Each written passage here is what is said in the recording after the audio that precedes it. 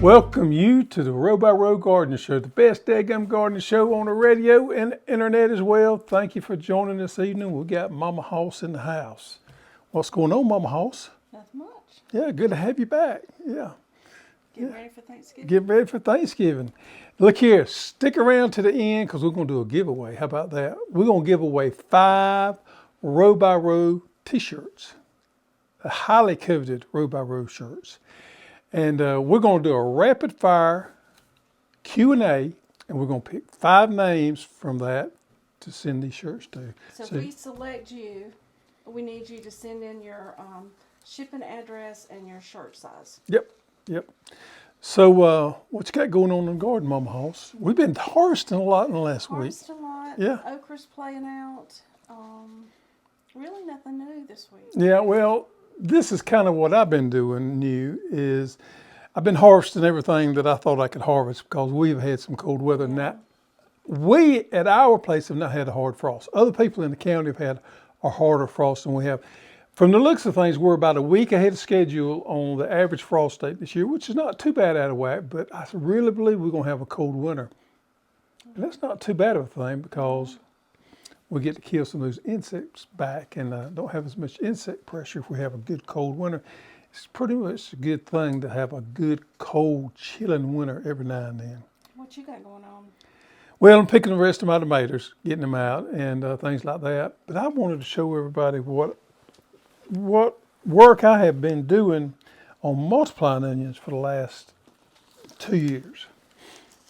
Okay, so in September, I planted a plot of multiplying onions, and this is what I planted, this little bulb right here. And as of today, this is what I harvested off of this little bulb. Now that's September, October, November, nearly 3 months, and I want you to look at the root system here. I got 4 big cloves, and they'll make plenty more. I mean, they're not by any means through, at least 5. 1, 2, 3, 4. No, these 4. 4. And we've been eating these for the last week. They've been really good. So what we do is we separate them apart, chop them up, and we chop them all the way up to the green because we love this green, you know, in stir fries and things like that. Soups, they're absolutely wonderful in soups. But see how I'm making a mess, but see how they are connected there? And you pull these up and you plant one back. You can plant one back, or if you got plenty, just leave it up and you can let some others go and they'll continue to multiply. Now, by springtime, this clump here is going to be in the form of about 15 to 20 bulbs. Wow. So you're going to get 15 to 20 bulbs off that one bulb there by then. Now, one of the things about these are not sweet onions, but they're not bad either. They're more of a cooking onion. And we love the green part, but the little onion there is pretty good too. That's very good. It's not sweet, but it's not hot. It's got just a little bit of spice to it. Very good. We love to eat these around Thanksgiving. Put in your dressing and your other dishes as well. Really good. So those are really doing well for us. I got 2 big plots planted. We hope to have some of these available come springtime. Now you see this right here, same exact onion, and this onion right here, this bulb was not dug last year. This is a year old, and this is what you do not want to do. These multiplying onions, I have come to find out, you have to dig them at least once, preferably twice a year, and separate them out. I did not know you could grow these all summer long until I was talking to a fellow out in Texas who's been working with them for a long period of time. And he told me to grow them year round. So that's what I'm going to do. I found out the best thing for us is to dig them, multiply them, replant them in the fall. Springtime, dig them again, separate them, and plant them again. Now here's the key. You need drip tape on them because they stress out during the hot summer. You got to be able to keep the water to them. But if you do that, you can grow these suckers all year long. So does this have a name, or it's just called a multiplying onion? It's called a Tom multiplying onion. That's THOM because I named it that. From who? Well, glad you asked that. So I got several strains when I started, but the strain that I ended up going with come out of Thomasville, Georgia. Oh. So I named it Tom, T-H-O-M, not Tom, T-O-M, but Thom. And then we're going to call these the Tom multiplying onions. Started out with 3 strands and pretty much narrowed it down to 1. Although all 3 were really good, but I seen a little bit vigor out of the Tom strand, so ended up going with that. So can you do anything with this now? Or is You know, I don't really think you could separate. You could dig them up and separate them out. They still got root system on, plant them. I've done that, but that's not the preferred way to do it. I don't think. I think the preferred way to do it is going to be to dig them up and keep them separate. This is the size you want right here. That's a nice size eating onion right there. Let them go to that, and then you can eat on them. Separate them out, grow them out again. A truly sustainable onion that you'll never have to replenish. You can keep your seed stock going over and over again. And what is absolutely astounding to me is this right here came from that dried bulb in 3 months' time. Isn't that amazing? Amazing. The amazing ability of gardening. How about that? Wow. I'm gonna Profound there. Profound, yeah. So let's put all this up in a way, because I made a mess, didn't I? Okay. We got something else that is a new seed product alert that I want to share with everybody. Tell them what you did right here. Should put some onions on there. This is a new seed that we're carrying, Topazio. Topazio, and this is what it looks like dried. So I just took some bacon and chicken broth, and we soaked these for about 5 hours, and then put them in the crock pot on low for about 5 hours. You want to taste? Yep. Now you can soak these if you've never done dried beans much. 5 hours to soak them overnight. Got a little bacon in there. Bacon makes everything wonderful. Give you a little history on these beans. We was up in the North Georgia mountains about a month ago. We went to a farm stand and I found these beans there still in the shell, and they were called October beans. And it kind of jarred my memory a little bit back when I was a very small youngster. And these beans right here are grown a lot in the mountains of North Carolina, Georgia, and even on up north. But the kicker to it is they're called different things per region where they're grown at. In the mountains in North Georgia and Tennessee, North Carolina, they call them October beans. But way up north, they call them cranberry beans. Now down here in the deep south we're at, we call them October beans as well, but they're not near as well grown or well known as what they used to be. I really think what they taste like. It's not like a kidney bean, but it's not like a... More like a pinto. It has a little bit, yeah. Very full-bodied flavor. That's a wine description there. How about that? Full-bodied flavor. When you pick these, they actually are a little bit wider than that, but as you dry them out, they turn a little bit brown, but they have these nice red streaks on them. The pods are white with these red streaks on there. Absolutely gorgeous. So you pick these and then shell them? Yeah, now this is a shelling bean, which is unusual. You can eat them as a snap bean, but I would not recommend that. This is a pure shelling bean right here. And you want to put these up as dried beans, and they'll last you for a long period of time. It is an excellent food source. These things shell out real easy. So they're real easy to grow. They grow as a bush bean, and then you can shell them out and then dry them down and then store them in a good dry place in a jar or something like that. They'll last you for a long period of time. An excellent food source to have all winter long. So you grow in the spring or the fall? You can grow in the spring and the fall. Now most people grow these, they call them October beans because they mature out during October. And they take them and they use them for preparation to have a food source during the wintertime. So I'd have to, they're 67 days to maturity. So if they come off at the end of the middle of October, you back that up 2 months, which would be, help me out here, September, August. You would plant these sometime in August. And then they would come off in October, and then you would have a good food source. You can grow them in the spring as well, but we always think about putting up for wintertime in the fall, and I think that's one reason a lot of people call them October beans. We used to grow them down here back a long time ago, but I hadn't seen anybody grow them down here in a while. They still grow them up in the mountains and up north. North, they call them cranberry beans. We call them October beans. It is the same thing. This variety here, Tapazio. Did I say that? Tapazio. Tapazio? Now, I didn't name that, or I would have named it something else. That is the variety that is October bean and cranberry bean. Yep. So we have these in 2 different variations. We just got them in, and I am tickled to death to have these things. So these are on the website? These are on the website, yeah. We have them in the 50 seed pack, and then we have them in pounds also. And they're not very expensive at all. I don't know, I forgot what the pound price was, but it's not very, heck, it's less than $15, I think. So you can plant you a pound of these right here and have a lot of food to help you into the wintertime. And you know, the thing about these right there, you don't have, something bad was to happen, you don't have to have refrigeration to keep those, just have them dried. So it's a perfect food source to have around for those unforeseen occasions where you may lose power or whatever, and you need some food source, you got it there. Seed packs and pounds. Wonderful addition to our seed line. We got some more seeds, new seeds coming up later on that we'll be sharing with you, but I mean, I am tickled to have this one right here. Ready to answer some questions? Yep, Q&A. Q&A. Every now and then I'm just going to slip in here and get me a bite of beans. How about that? All right.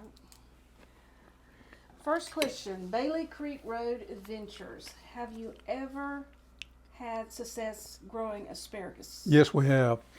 We got a couple of good videos out there on growing asparagus. We started probably, what, 7, 8 years ago? At least, yeah. Growing asparagus. Asparagus is easy to grow if you go by the instructions. A lot of YouTube videos out there showing how to do it. We've got a couple of good ones. And if you follow instructions on how to do that, they're very, anybody can do it. The key is once they get into your 3rd year and you start harvesting, you can start having a little bit of a weed problem. You got to understand, if you got asparagus, you're going to have weeds.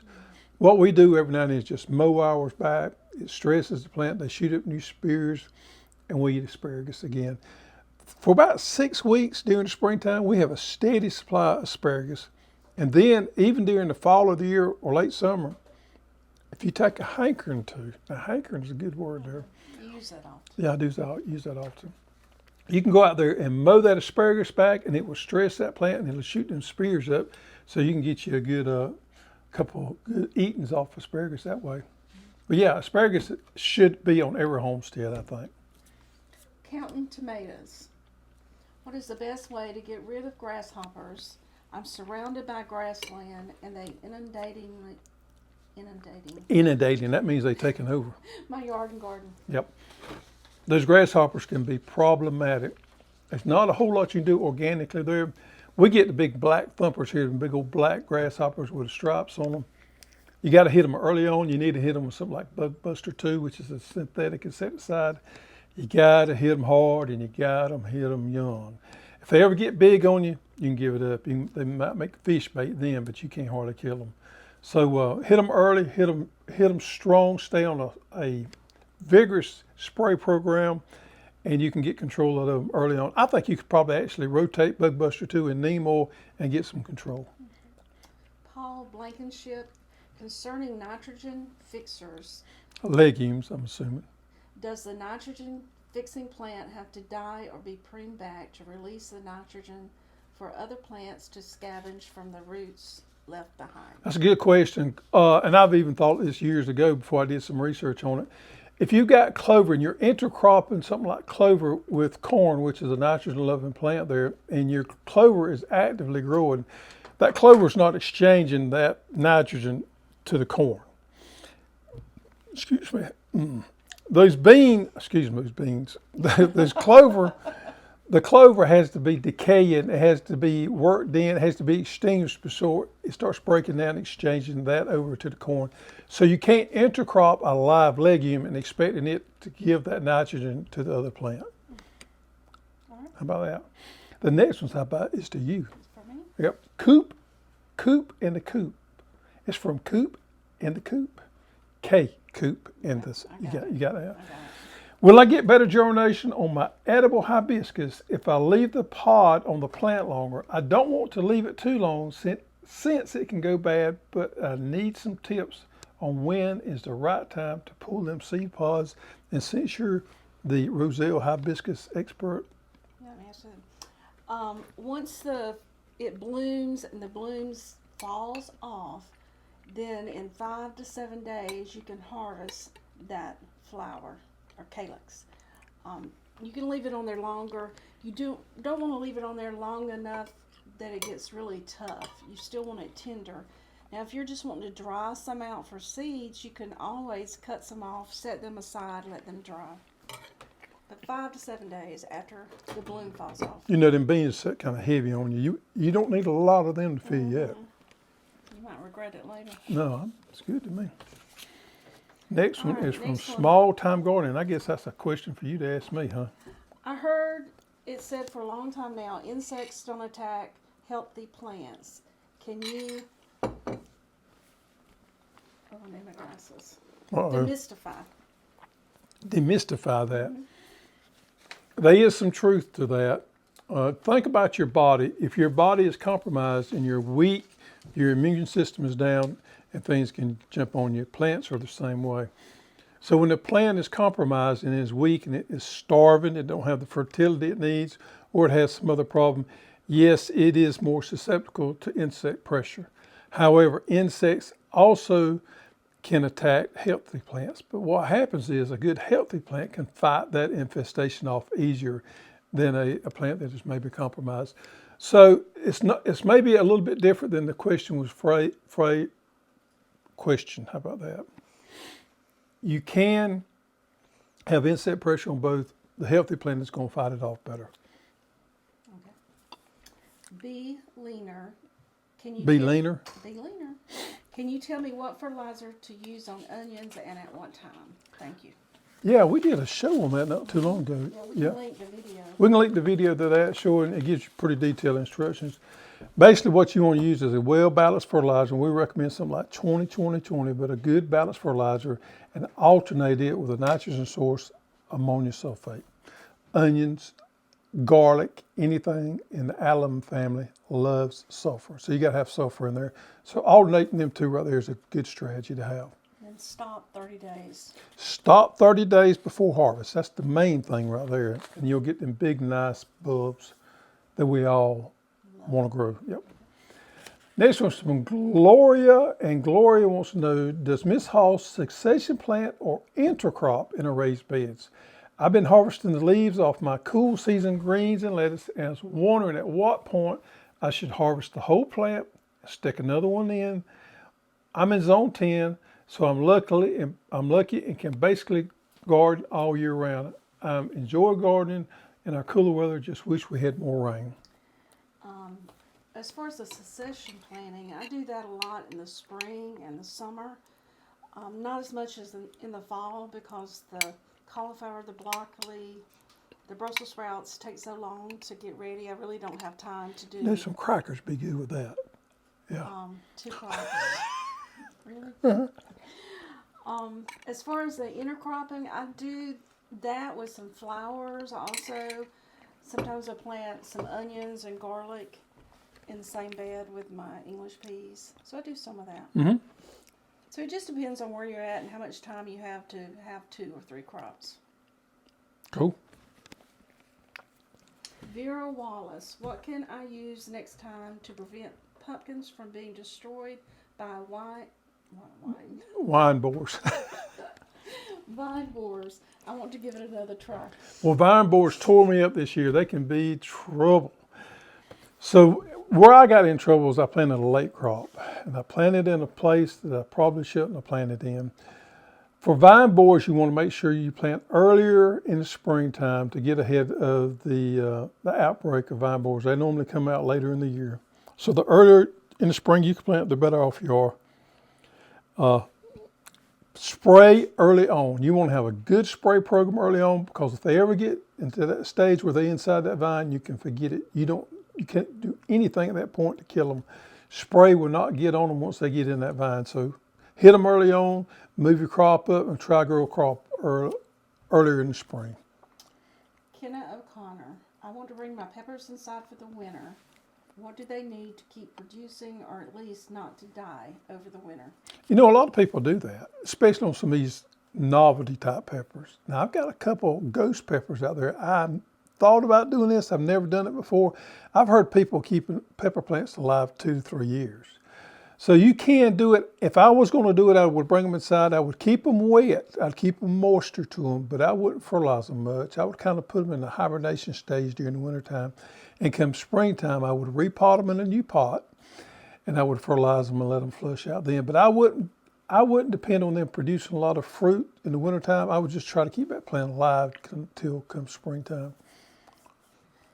DDY Bryson, can you use your drip irrigation in containers? If yes, can you show how? Yeah, we actually have a drip irrigation kit specifically for containers, and we'll put a link up here with that. The instructions are in the box there. We have a little bit of information there on the website, on the product page there. It has been designed for containers in mind. It's a little different system than you would use for your drip irrigation in your vegetable garden. Works off of emitters, but absolutely we got a wonderful one that works for containers. And if you're using container gardening and you want to go on vacation, that is a must-have. You can put it on a timer and leave it and don't have to worry about it. When you get back, it's good and been took care of.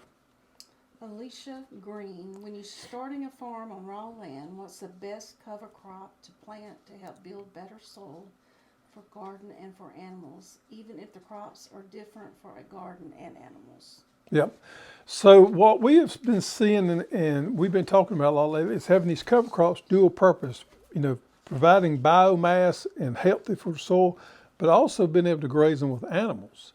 So if you have animals and you can move them in there and graze on it and you can get the biomass off of it too, that's double bonus there that you're getting off from that cover crop. The one that I would use for cool season would be my standby is a combination of rye and winter vetch, or you could do rye winter peas. The summertime, I would go with sun hemp. The very first thing you need to do is check your pH and get that adjusted accordingly. After you get that, then summertime go with the sun hemp, wintertime go with the rye with Australian winter pea or hairy vetch, either one would be fine. Okay. ED Law, this is another drip tape. Are you going to offer drip tape kits for smaller gardeners? I just have a 20 by 29 garden to start. Yeah, that's a good question. And I know there's a demand out there for it, but the problem is our drip tape comes in rolls of 1,500 feet. So it's hard for us to offer a smaller system than what we do because of the drip tape. We'd have to have a machine to re-roll it up, and we actually don't have that. I'm glad you brought it up. It's a good thing that we need to give some thought to, but at this time, we don't. Sunny Brown, I have a pasture of 1/2 acre that has horses on it. This was over 3 years ago. Now it's open and undisturbed land with mainly grass weeds. I want to plot beds and ask how to begin. I'm in Zone AB, North Florida. Thanks for all your help to everyone. Note, I have a 430 JD lawn tractor, but no disc. I could hire someone. That's exactly what I do. I was hired somebody to come in there with a tractor and disc it up. Disking is probably friendlier to the soil than a tiller is. Now, once you get it disked up and get those grasses and things under control, then you can use your tiller to kind of lay things off and maybe work your ground some. A disc is healthier on your earthworms and on your tilt through your soil than a tiller is. So I would definitely probably recommend hiring somebody or maybe getting one of them fine neighbors you got to come over and disc it up for you. Charles McCullough. Greg, I was wondering if I could still plant collards in Zone 8A, about an hour north of Macon. Yeah, I don't know that I'd direct seed them. I think if you start them inside and you got some nice healthy plants, you could transplant them and be okay. Collards are very tolerant of cold weather, but and those seeds, getting those to come up in cold weather might be an issue. So transplants would probably work for you. Scott Beavers, I have never been able to get bell peppers to grow to a respectable size. I'm in central North Carolina. Any ideas? Fertility. For the last few years, we've been doing a wonderful job growing peppers. Now, I struggled back in the day until I realized peppers love fertilizer. So you got to make sure they got all the nutrients there. We always use a heaping amount of compost pre-plant. Heaping, that's a lot. Heaping. And then we make sure we give it plenty of fertility, grow that plant, and you can grow. We grew some of the finest peppers you've ever seen out there. But you got to make sure they got plenty of fertilizer. This is a long one. Wayne Starr. Any tips for growing loofah gourds in cooler climates? Temperature requirements, fertilizer regimens, days to maturity. I want to grow them as an alternative to plastic dish sponges rather than to eat. I assume they probably need warmer temperatures than I can provide. I've been trying for 3 consecutive seasons outside with poor results. So I was going to try them in a polytunnel next year. In London, UK, am I fighting a losing battle? Good to hear from Wayne. Wayne has been a part of our row by row group since just about the start of it. And he is across the pond over there in Europe. And it's always interesting to see his posts and see what's going on over there. And to see how they do things a little different than we do. They have a lot cooler growing season than we do. So it's challenging to them on certain aspects. They can grow certain things during the summertime we can't grow.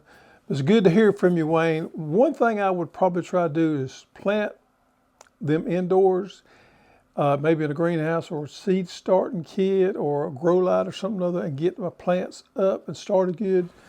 That way, when it did get warm enough outside, you could plant them and you possibly could get a decent growing season in. Your growing season's so short there, you just don't have the heat units to pull it off. So that's what I would do, is try to get a jump start on the inside and then put them out there and hope for the best. But it can be challenging because loofahs love the heat.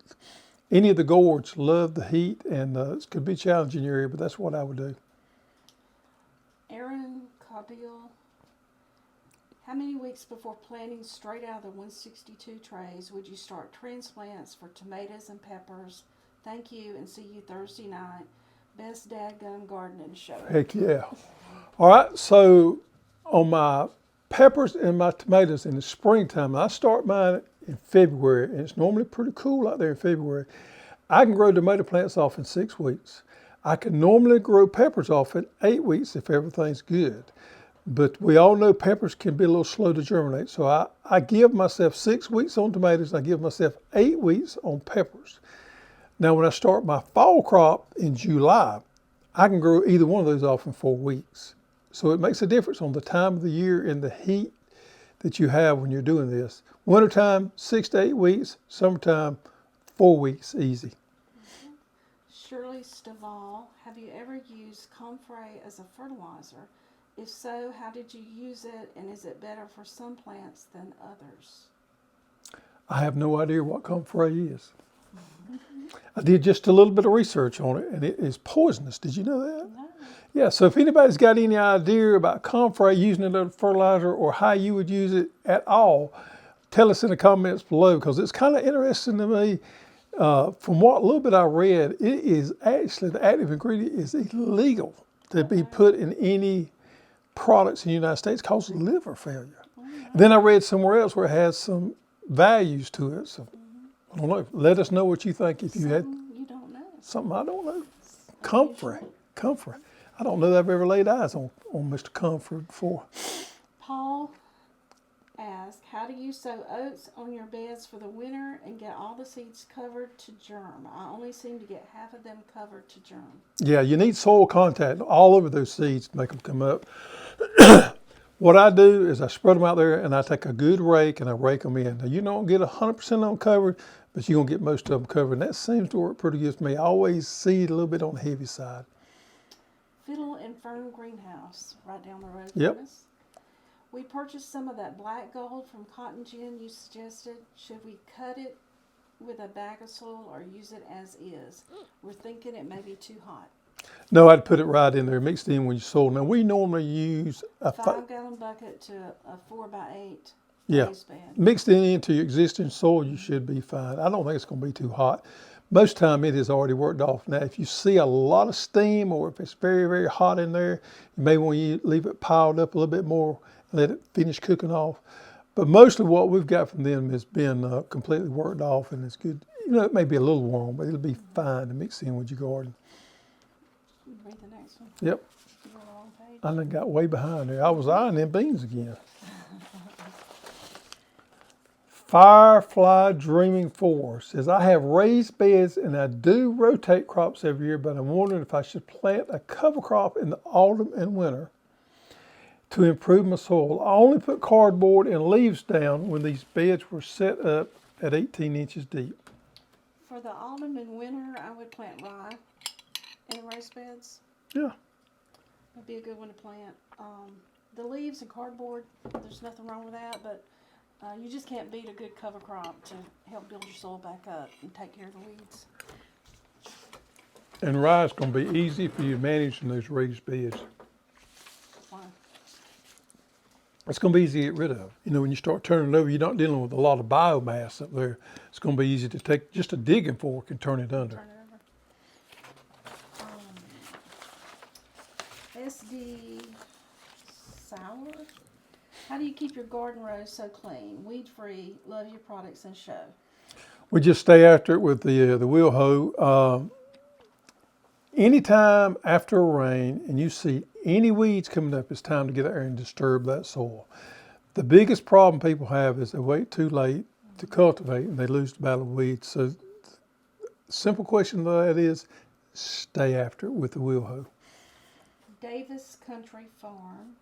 On growing clover as a cover crop, can you mow it down several times, let it grow back before turning it in the soil? You can if you mowed it high. You don't want to mow it low, but I don't know why you would want to mow it. I don't know what purpose that would serve. I most time just let mine go and it produces a nice healthy crop. But if you're adamant you want to mow it, just mow it high and it will come back. You mow it too low, you're going to injure that plant and it's not going to recover. Dirks 82, with all the gardening videos you post, I notice one topic is missing. Uh-oh. I have a hard time believing that you don't deal with any pests from the mammal family. I live near a lake and have geese that are easy to deal with and squirrels that love my garden or love my green tomatoes and are hard to control. What do you deal? You know, everybody faces their own battle on this one right here. Mine in the past has been rabbits. I have a problem with rabbits eating my fall garden up. So what I did is I put up a little fence around my plot that I always plant in the fall. So I kept them excluded out of that garden. I use a fence, a rabbit fence.